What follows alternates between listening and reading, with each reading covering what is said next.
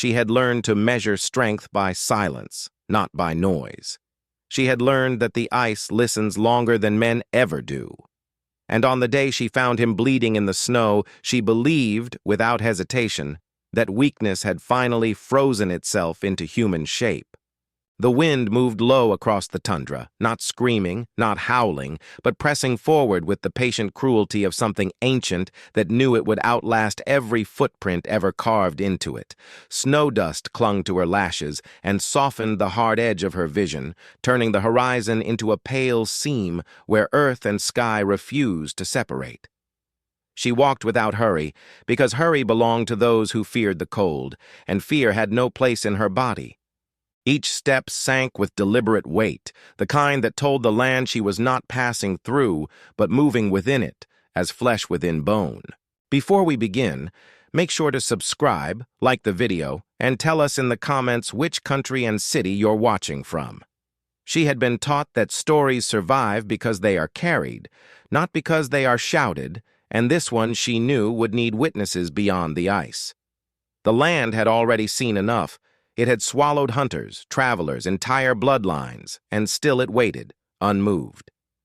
She adjusted the strap of her sealskin pack across her shoulder, the leather stiff with cold and memory, and continued toward the low ridge where the wind changed pitch, a sign of open ground ahead. Among her people she was called many things, but rarely by name. Giant was one of them, though not for the reason outsiders imagined. It was not her height alone, though she stood broader and taller than most women, nor the thickness of her arms shaped by years of pulling sleds and cutting frozen meat with bare hands when blades cracked. It was the way she endured, the way she stayed when others turned back. The way storms seemed to bend their paths around her, as if acknowledging something they did not fully understand. She had buried men before, brothers, cousins, hunters who laughed too loudly and listened too little. She had dragged their frozen bodies home with the same calm precision she used to drag seal carcasses across the ice, because grief did not change the weight of things. Men, she believed, were quick to prove themselves and slow to survive.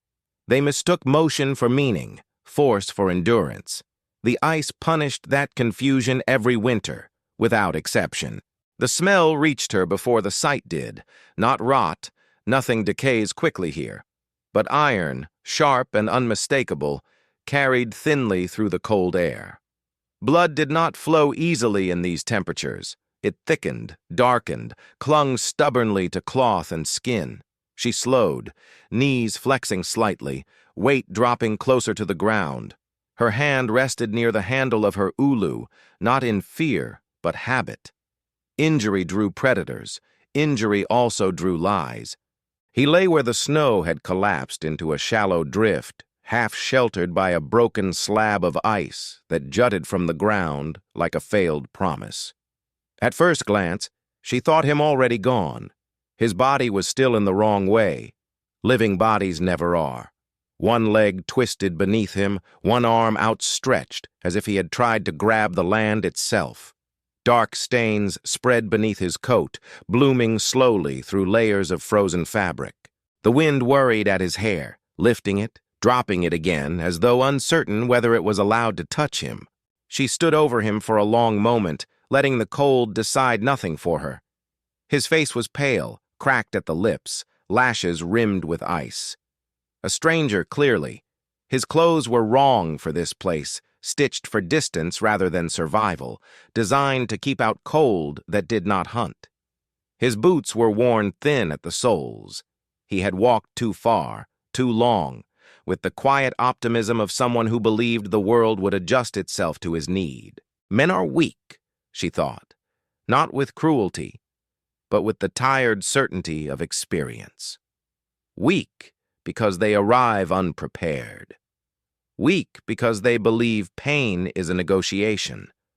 Weak because they think being wanted is the same as being needed. She crouched, the snow compressing under her weight with a muted sound, and pressed 2 fingers against the side of his neck. The pulse was there, faint but stubborn, a small defiance tapping against the cold's authority. She could leave him. The land would not judge her. Survival was never a moral question here, it was a practical one. Carrying a grown man across ice cost calories, time, heat, resources the winter guarded jealously.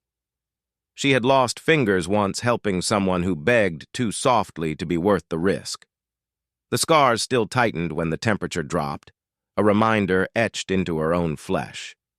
Yet something in the way his chest rose, irregular, shallow, but insistent, stayed her hand. This was not the reckless bravado she had seen so often. There was no arrogance frozen into his features, no expectation that the world owed him rescue. He looked instead like someone who had already lost the argument with himself and kept walking anyway. Someone who had bled quietly, without witnesses, without complaint.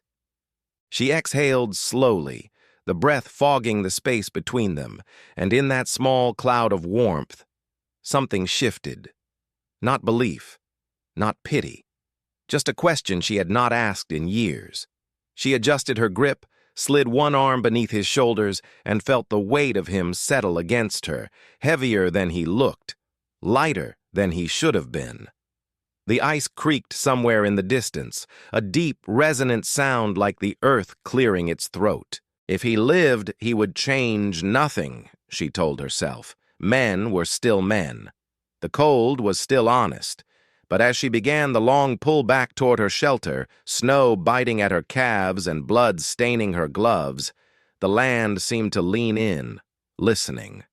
And for the first time in a very long while, she did not walk alone through that attention. The wind shifted as she dragged him, not stronger, but closer, pressing against her back as if testing whether she would yield or adjust. Snow rasped beneath their combined weight, a dry, granular sound that filled the silence between each measured breath she took. His blood, dark and half-frozen, smeared across her gloves and soaked into the pale crust of the ground, marking a line behind them that would vanish by morning. Nothing stayed marked here for long. The land erased without malice, and she had learned to move without expecting memory.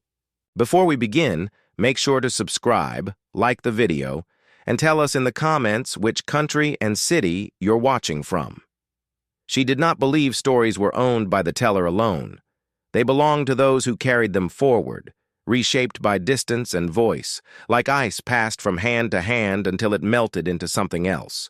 She tightened her grip beneath his arms and leaned into the pull, muscles burning with a steady, familiar ache. Pain like this was honest. It did not surprise you.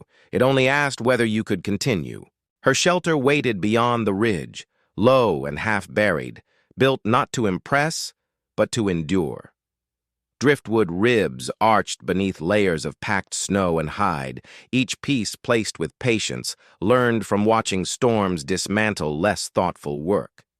Inside, there was darkness, and beneath that darkness, warmth held carefully, rationed like breath. She did not hurry. Rushing made mistakes louder, and the cold punished noise. The man stirred once as she crossed the threshold, a faint sound escaping his throat, more vibration than voice.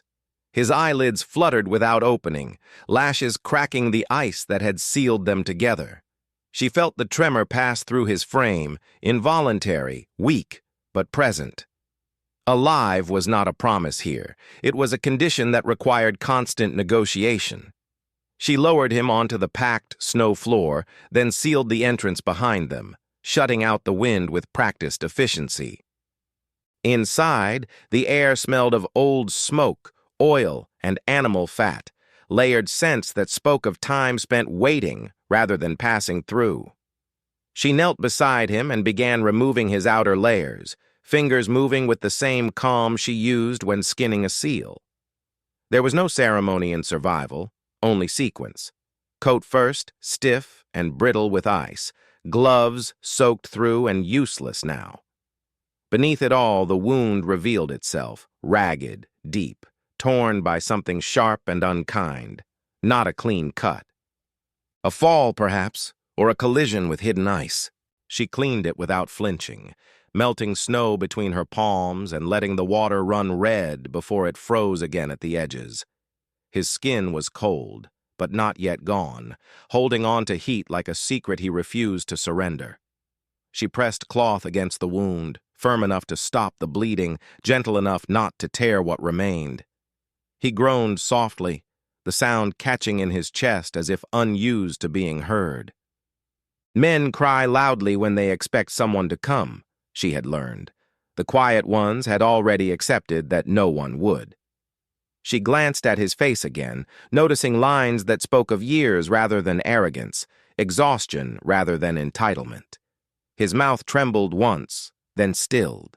She wrapped him tighter, layering skins over his body until only his face remained exposed to the dim light. She fed the small fire carefully, coaxing it rather than commanding it, listening to the wood crack and settle. The sound reminded her of bones adjusting under weight, of structures learning how much they could carry. As the heat crept back into the space, his breathing changed, growing less erratic, less desperate. She watched the rise and fall of his chest, counting without numbers, the way she had been taught as a child when time itself was unreliable. Her thoughts drifted despite herself. She remembered other men brought in from the cold. Those who woke angry, embarrassed, demanding to know why a woman stood between them and the world they thought they controlled. Those men left quickly, insulted by their own survival. She had stopped helping long before winter made the decision for her. Alone was simpler. Alone was predictable. Yet this one did not wake. He did not ask. He did not reach. He lay still, as if trusting the darkness to hold him where his own strength had failed. That trust unsettled her more than resistance ever had. Trust was heavier than any body. It asked questions long after the work was done. Hours passed without ceremony. Outside, the ice shifted, deep and distant, the sound rolling beneath the shelter like a warning spoken too late to change course. She sat with her back against the wall, eyes open, listening, feeling the cold press against the edges of the warmth she guarded. When his hand twitched once, fingers curling slightly as if searching for something already gone, she did not move away. Men are weak, she had believed, because they break loudly. But as she watched him sleep, breath fogging faintly in the dim air, she felt the first fracture in that certainty. Not a collapse, just a hairline crack, thin as ice beginning to give beneath steady pressure. And cracks, she knew, were how change started, quietly, invisibly, until the moment the surface could no longer pretend it was whole.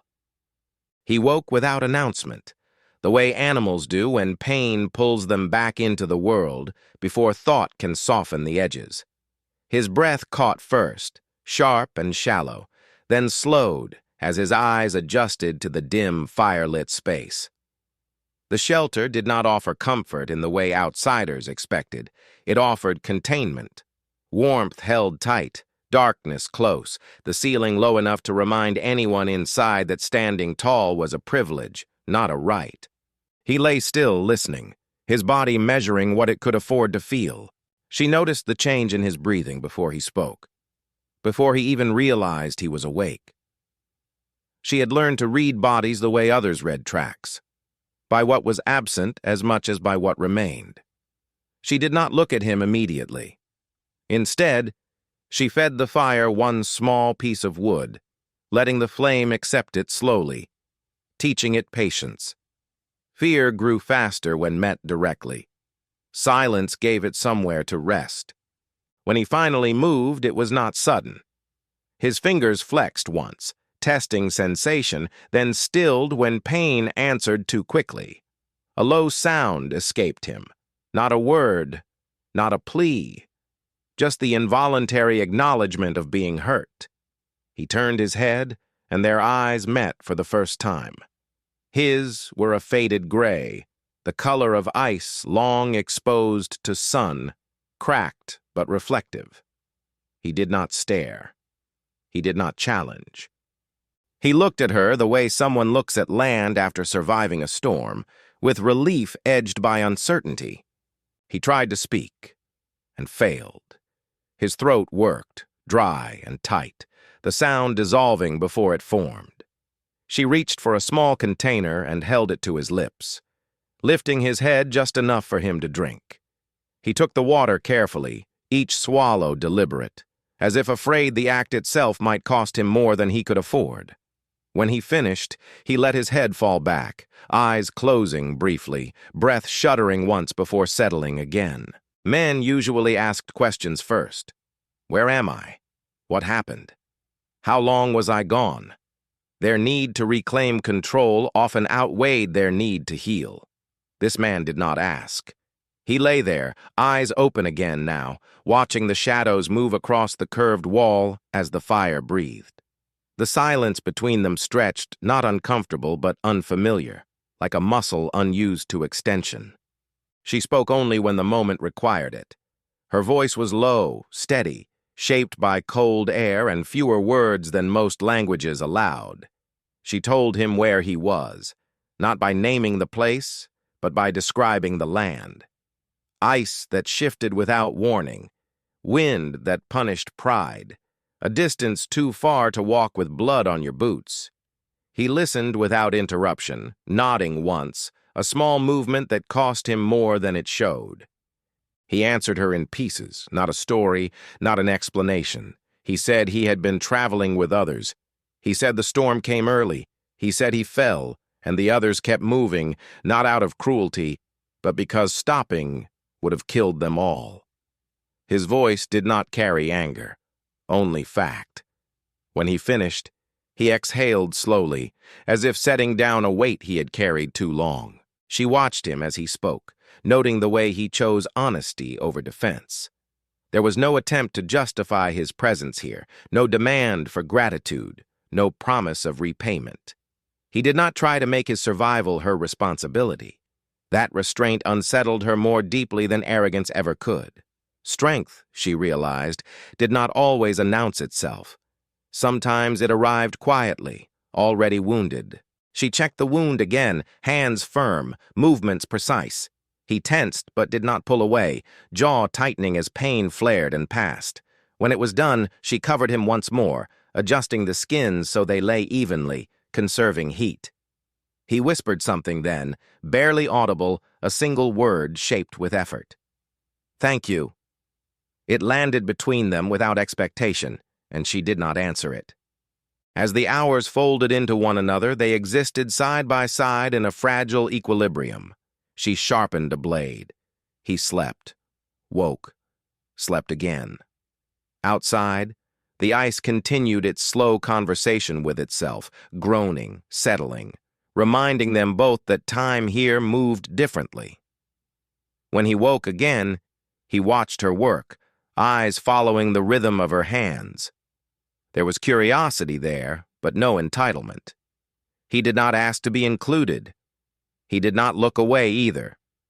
She found herself remembering other moments, other winters, when men had filled spaces with noise to avoid listening to themselves. This man filled the space with attention instead, as if every sound, every movement mattered. It was a way of being she had not encountered often. It stirred something uncomfortable, something close to respect. Men are weak, she had believed, because they fear being still. Yet as night deepened and the fire burned low, she realized this one endured stillness without flinching. He did not fight the shelter. He accepted its limits. And in that acceptance, something in her shifted again. Another fine crack spreading beneath the surface of an idea she had carried for too long. The storm arrived without spectacle, the way the most dangerous things always do. There was no sudden roar, no dramatic break in the sky, only a tightening of sound, a pressure that made the shelter's walls creak, as if remembering every winter they had endured. Snow began to press against the entrance in slow, deliberate layers, each one settling into place with the patience of something that knew it would not be moved again until it decided so. She felt the change in her bones before she heard it, the old ache returning to her hands like a warning spoken in a familiar voice. Before she tended the fire, she checked him. His skin was warmer now, the heat no longer fleeing at her touch. His breathing, though still shallow, held a rhythm that suggested intention rather than desperation. When his eyes opened, they were clearer, more present, and for a moment he simply watched her, as if confirming she was still real. She nodded once, not reassurance, but acknowledgement. Survival did not need promises. It needed attention. The wind outside grew heavier, pushing snow into every weak seam it could find. The shelter answered with small sounds, wood flexing, hide tightening, the low murmur of packed ice adjusting under new weight.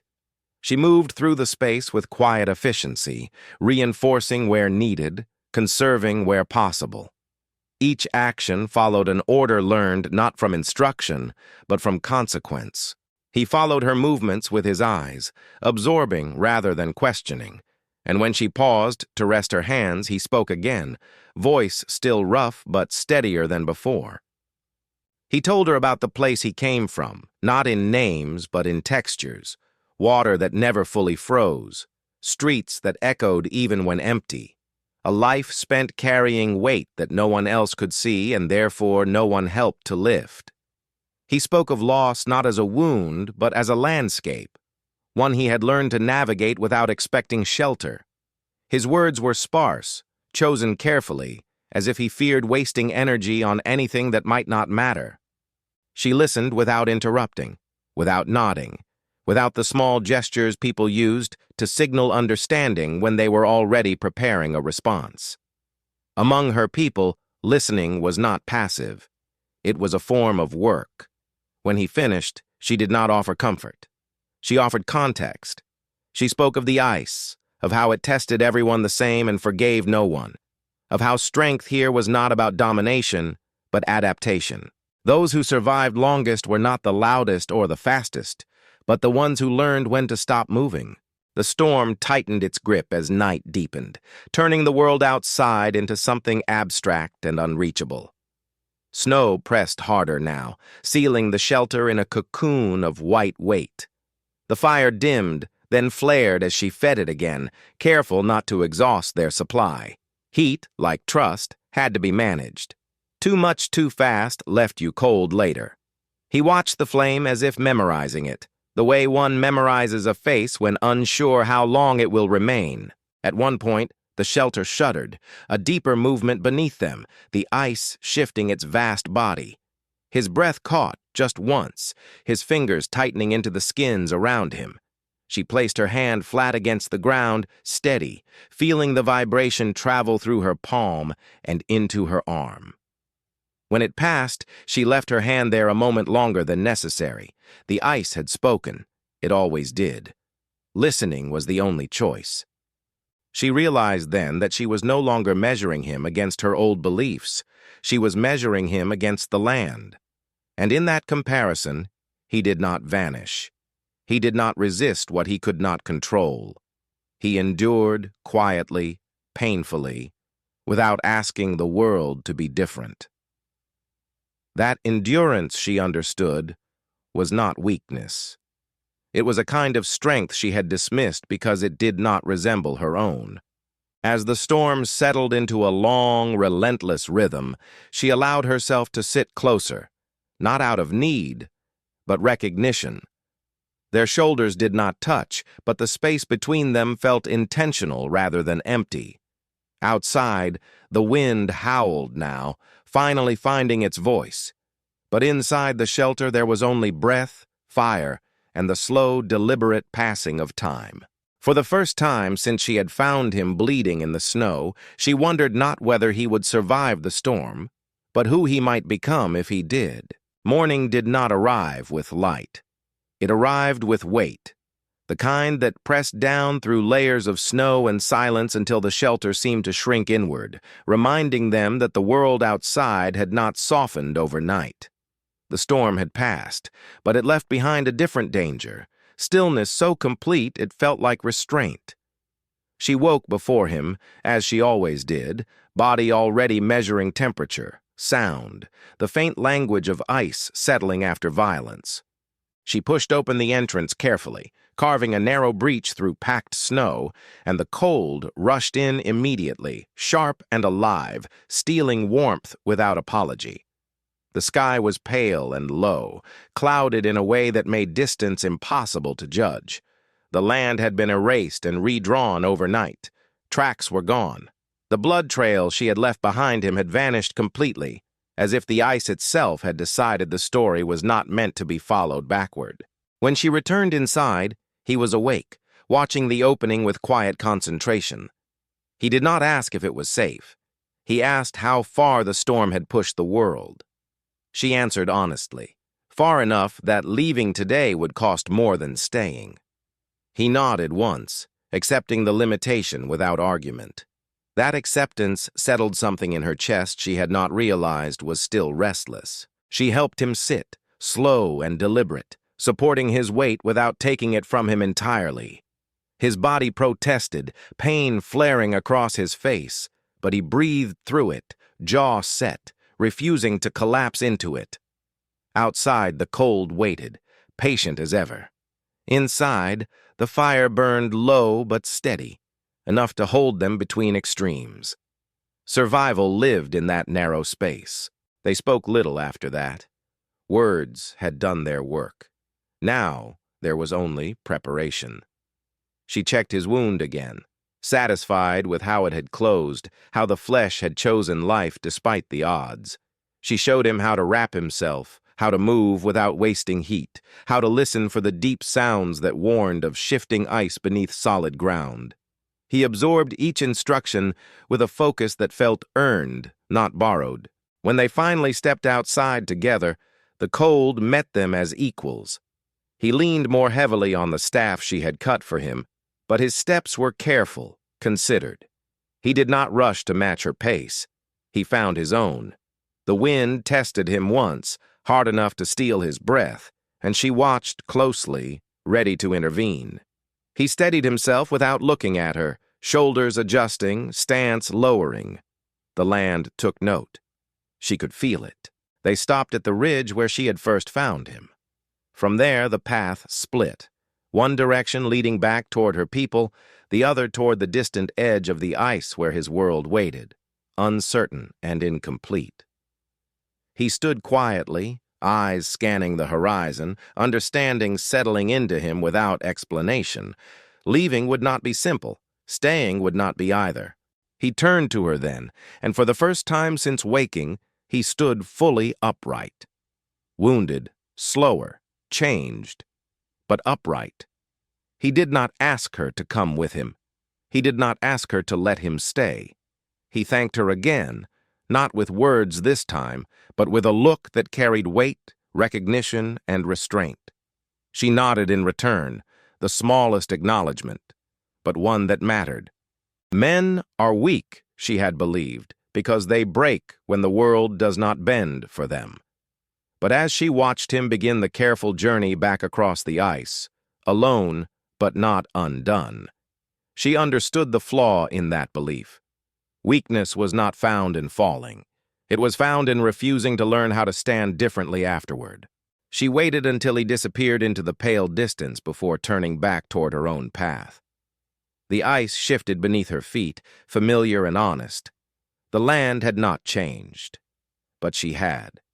And somewhere beneath the frozen surface of an old certainty, something stronger had formed, quiet, enduring, and unwilling to break. If you felt this story, tell us where you're watching from and what strength means to you now. Make sure to subscribe, like the video,